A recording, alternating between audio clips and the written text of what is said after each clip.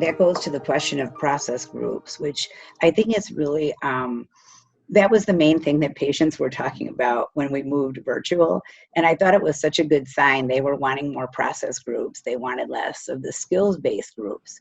And here's what the big difference is attachment, right? Because if they want to hide from attachment, they're going to want to be in the DBT groups that are more based on teaching something, right? And all the psychoeducational groups are going to be more tempting to people that don't want to attach to one another, because in psychoeducational groups, the leader has a teaching role and is very primary. Where in the process groups, we have primary roles, but we're more facilitating their own work with an awareness of what people are working on at different times. And so I think given that we see addiction as an attachment, all addictions as attachment disorders and eating disorders as well, that our patients really like the process groups is huge, because they're saying, we want to attach. We might need help doing it, which they often do need a lot of help. Sometimes they think they need more help than they do, which is a whole nother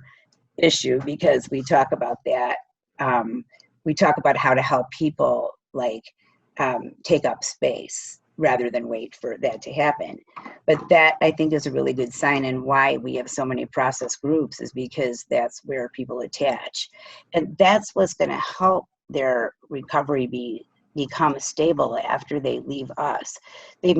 All of those skills are going to be useful too. Like, different people take to different things. And so if DBT becomes part of their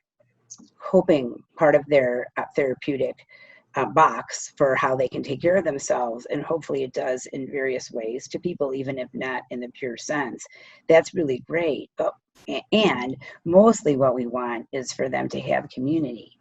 And that's another thing about us, that we have community. Like, our therapists are people that understand the value of attaching, and that don't, that we encourage, and they encourage among each other, sharing back and forth, like about personal reactions to certain situations, about perceptions about a patient, because different people run different groups and see the patient differently than maybe the patient shows up individually. So we are doing our own group work, and it gives us a whole nother lens. Like, our model is essentially psychodynamic and family systems, and the process groups, theirs and ours, and juxtaposing them against one another to understand in a deeper way what's going on, thematically and systemically, gives us multiple lenses. And so we can work with the conscious and